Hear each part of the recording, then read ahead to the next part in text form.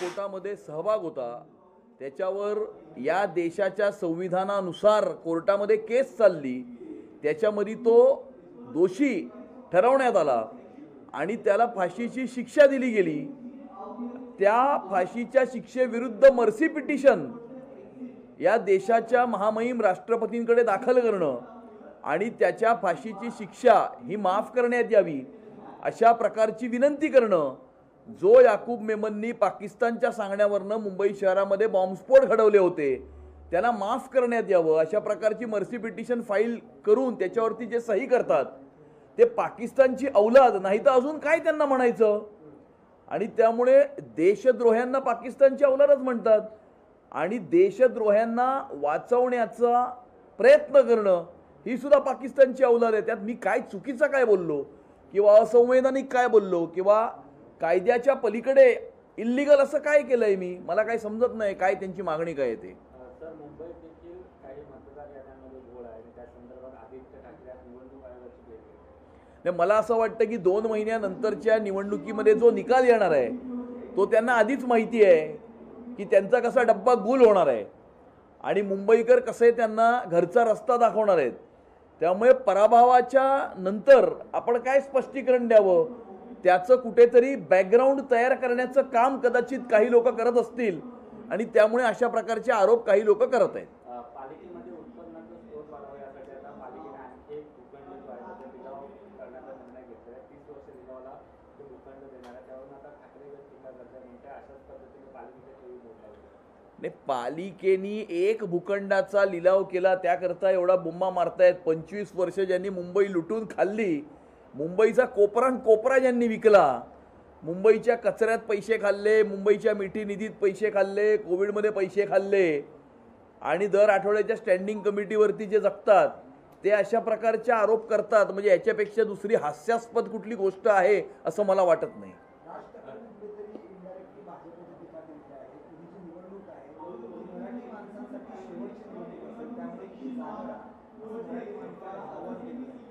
मराठी माणूस जागाच आहे आणि मराठी माणूस खुश सुद्धा आहे, कारण गेल्या 11 वर्षामध्ये भारतीय जनता पार्टी आणि महायुतीच्या सरकारच्या माध्यमातून नरेंद्र मोदीजींच्या नेतृत्वाखाली देवेंद्रजींनी ज्या प्रकारची कामं ही मुंबईकरांसाठी आणि मराठी माणसासाठी मुंबई शहरामध्ये केली, metro, Atal Setu, coastal road, CCTV camera किंवा BDD चाळीमध्ये राहणाऱ्या मराठी माणसाला 560 फुटाचं घर जे दिलं, त्यामुळे मराठी माणूस हा उत्साहामध्ये आहे, खुश आहे, येणाऱ्या विकासाकडे, प्रगतीकडे आणि उन्नतीकडे फार मोठ्या आशेने हा मराठी माणूस हा बघतोय आणि त्यामुळे मराठी माणसांनी ज्यांना घरचा रस्ता दाखवला त्यांना कुठेतरी भीती वाटते आणि त्यामुळे अशा प्रकारची विधानं काही लोक करत आहेत। सर, असलम से कांग्रेस नेता जिन पर धमकी देने का आरोप है, उन्होंने कहा है कि क्या ऐसा सबूत है, क्या ऐसा कोई वीडियो है जो ये इल्जाम भाजपा द्वारा मुझ पर लगाया जा रहा है, उन्होंने ऐसा कहा है और ये जो आपके वक्तव्य है उसका भी निषेध किया है, क्या कहना चाहिए? देखिए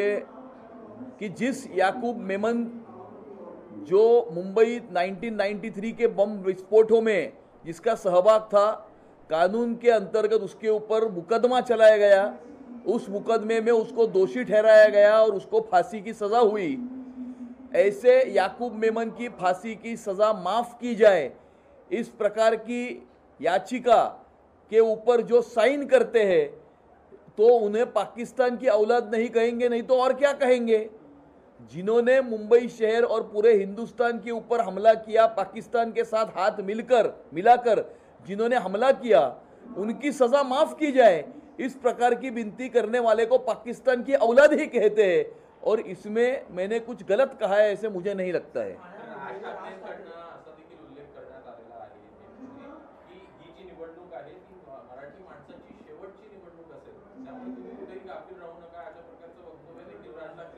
मराठी माणसांना त्यांच्याकरता गेल्या 11 वर्षामध्ये कोणी काम केलं किंवा BDD चाळीतल्या मराठी माणसाला 560 फुटाचं घर त्यात दक्षिण मुंबईमध्ये कोणी दिलं हे चांगलं माहिती आहे। गेल्या 11 वर्षामध्ये मुंबई शहराचा विकास कोणी केला हे सुद्धा मराठी माणसांना आणि मुंबईकरांना खूप चांगलं माहिती आहे आणि मुंबईकरांना हे सुद्धा चांगलं माहिती आहे की बृहन्मुंबई महानगरपालिकेमध्ये 25 वर्ष मराठी माणसाच्या नावाने कोणी भ्रष्टाचार केला हे सुद्धा चांगलं माहिती आहे। किंवा मराठी माणसाच्या नावानं प्रक्षोभक अशा प्रकारची विधानं करून माथी भडकवण्याचा प्रयत्न कोण करतंय, ज्याच्यामुळे ज्याचा परिणाम हा झालाय की अर्णव खैरे नावाच्या एका मराठी तरुणाला आपला जीव यामुळे गमवावा लागला, हे सुद्धा मराठी माणसांना खूप चांगलं माहिती आहे. आणि त्यामुळे मराठी माणसांच्या नावाने फक्त राजकारण करतायत, परंतु मराठी माणसांसाठी आम्ही काही केलं किंवा येणाऱ्या काळामध्ये आम्ही मराठी माणूस मुंबईकर आणि मुंबईसाठी काय करणार याच्याबद्दल एकही वाक्य जे बोलत नाहीत. मला असं वाटतं की कुठंतरी दिशा भरकटवण्याचा प्रयत्न काही लोक करतायत. मराठी अमराठी हा वाद कोण नेमका निर्माण करते? कारण आता त्या मुलाचं जसं प्रकरण झालं आणि आता ठाण्यामध्ये काही जे रिक्षा चालक आहेत त्यांनी राज ठाकरेंना खालच्या पातळीवर जाऊन शिवीगाळ वगैरे केलेली आहे. हा नेमका वाद हे बघा, या संपूर्ण देशाला माहिती आहे की भाषावाद आणि प्रांतवादच्या आधारावरती प्रक्षोभक अशा प्रकारची विधानं करून लोकांची माती भडकवण्याचा प्रयत्न कोण करतं. मोर्चामध्ये येताना बॉसच्या कानाखाली आवाज काढा आणि मग मोर्चाला या, हे तुम्ही मराठी माणसांना शिकवताय. ही तुमची मराठी माणसांना शिकवण आहे. स्वतःच्या मुलांना तुम्ही बॉम्बे स्कॉटिशमध्ये शिकवता, तुमची मुलं जर्मन आणि फ्रेंच शिकतात. जावेद अख्तर शिवाजी पार्कला हिंदीमध्ये तुमच्या समोर भाषण करतात आणि तुम्ही हिंदीला विरोध करता. यापेक्षा दुटप्पी आणि ढोंगीपणाची दुसरी कोणती भूमिका असू शकत नाही. भाजपने काही कल्याण डोंबिवलीमध्ये चूल मांडली असं म्हटलं जातं. कारण रवींद्र चव्हाण यांनी एक स्टेटमेंट केलेलं आहे की कमळाचंच बटन दाबा. त्यांनी महायुतीचा उल्लेख जो आहे तो टाळलेला आहे, आता समोर आलेला आहे. काय नेमकं नाही, जिथे कमळाचा उमेदवार असणार तिथे कमळाचंच बटन दाबा म्हणून सांगणार ना. जिथे धनुष्यबाणाचा उमेदवार असणार तिथे धनुष्यबाणाचा सांगणार. आणि ज्या ठिकाणी युती आहे त्या ठिकाणी महायुती म्हणूनच लढणार. मुंबई महानगरपालिकेची निवडणूक आम्ही महायुती म्हणून लढणार आहोत. शेवटचा एक मागचा प्रश्न आहे. चेकपूरमध्ये घटना घडलेली आहे.